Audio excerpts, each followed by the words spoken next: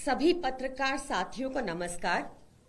अभी थोड़ी देर पहले बीजेपी की एक बड़ी नेत्री ने, स्मृति ईरानी जी ने एक बहुत महत्वपूर्ण मुद्दा उठाया।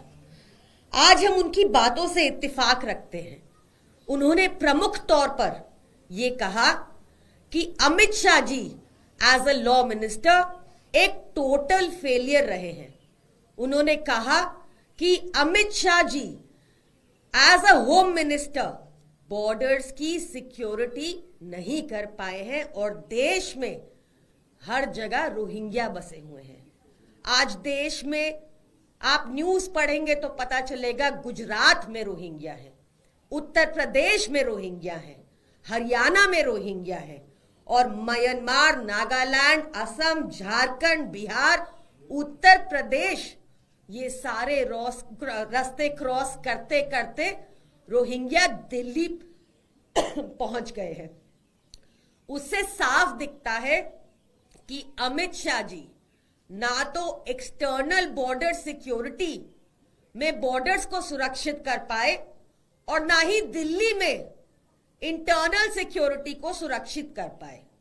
दिल्ली में भी कानून व्यवस्था, लॉ एंड ऑर्डर सीधे तौर पर अमित शाह जी के अंडर आता है और देश की बॉर्डर सिक्योरिटी भी अमित शाह जी के अंदर आती है।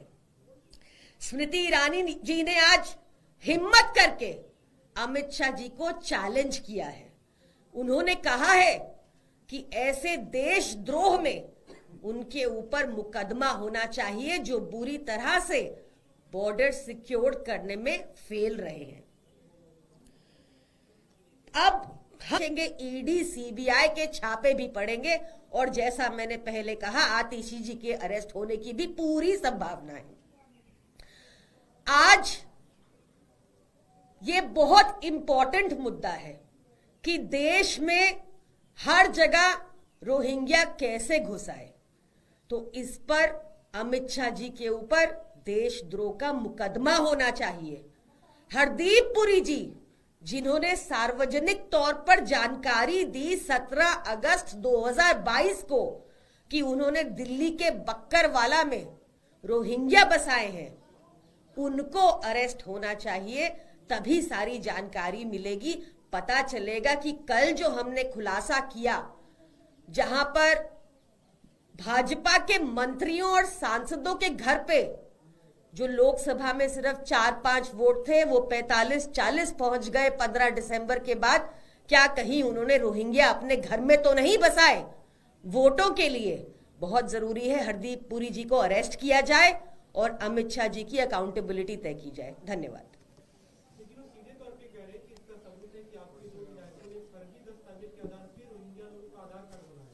देखिए, नहीं, नोटिस इश्यू करना बहुत अलग बात होती है। आपने हमेशा देखा होगा कि भाजपा जब भी तिलमिलाती है, जब भी बौखलाती है, तो हमेशा हमारे नेताओं के ऊपर झूठे केस बनाती है। ये बात देश के बच्चे बच्चे को पता है कि बॉर्डर सिक्योरिटी अमित शाह जी के अंदर है। दिल्ली के हर नागरिक को पता है कि हरदीप पुरी जी ने बक्करवाला में रोहिंग्या को बसाया है।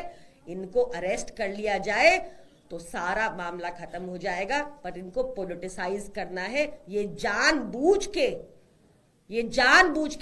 बसा रहे हैं क्या अपने वोट बढ़वाने के लिए? इस बात की जांच होना जरूरी है। सवाल ये भी उठ रहा है कि जांच के लिए जा क्यों ले रहे हैं? क्या उन्हें गिरफ्तारी का डर है कि गए तो जांच के लिए गिरफ्तारी?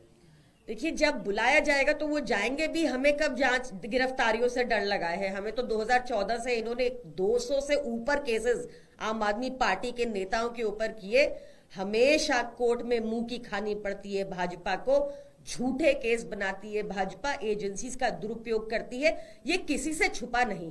सवाल ये है कि जब सीधे तौर पे प्रमाण है, जब हरदीप पुरी जी बता रहे हैं कि उन्होंने रोहिंग्या को बसाया, तो वो अब तक अरेस्ट क्यों नहीं हुए? प्रियंका जी, एक सवाल ये भी है कि आम आदमी पार्टी की नजर में इंडिया अलायंस का स्टेटस अभी क्या है? क्योंकि अभी कुछ देर पहले गृह मंत्री अमित शाह ने कहा है कि इंडिया अलायंस है क्या? दिल्ली में कांग्रेस और आम आदमी पार्टी अलग है, बिहार में लालू यादव भी छटपटा रहे हैं। इनका अलायंस खत्म होने की शुरुआत हो चुकी है। महाराष्ट्र में बीजेपी की ऐतिहासिक जीत हुई। देखिए, मुझे लगता है आज ये बहुत इंपॉर्टेंट मुद्दा है, देश की सुरक्षा से जुड़ा मुद्दा है। सवाल उसी पर होने चाहिए और ये हम बहुत स्पष्ट कर चुके हैं कि दिल्ली में मुकाबला सिर्फ आम आदमी पार्टी और बीजेपी के बीच है।